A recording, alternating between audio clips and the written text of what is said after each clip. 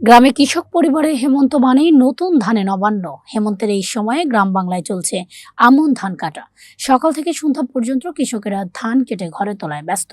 চুয়াডাঙ্গা জেলার বিভিন্ন উপজেলায় এবছরও আমনের ফলন ভালো হয়েছে। নতুন ধানে তাই কৃষকের মুখেও লেগে আছে হাসি। বাড়ির ছোট বড় সবাই এখন সকাল থেকে পড়ন্ত বিকেল পর্যন্ত ধান কাটা মাড়াইয়ে ব্যস্ত সময় পার করছেন।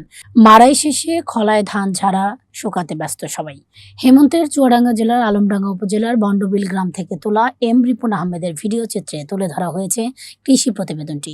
প্রতিদিন নতুন নতুন আপডেট পেতে বার্তা আলমডাঙ্গা পেজটি ভিজিট করুন। আকাশে আবহাওয়া ভালো, দিন ভালো, এরমভাবে যে সকলের ধানটা উঠে যায় এটাই আমরা সন্তুষ্ট। আলহামদুলিল্লাহ সকলে ভালোভাবে ধান তুলে নেবে এটা আমরা আশা করছি।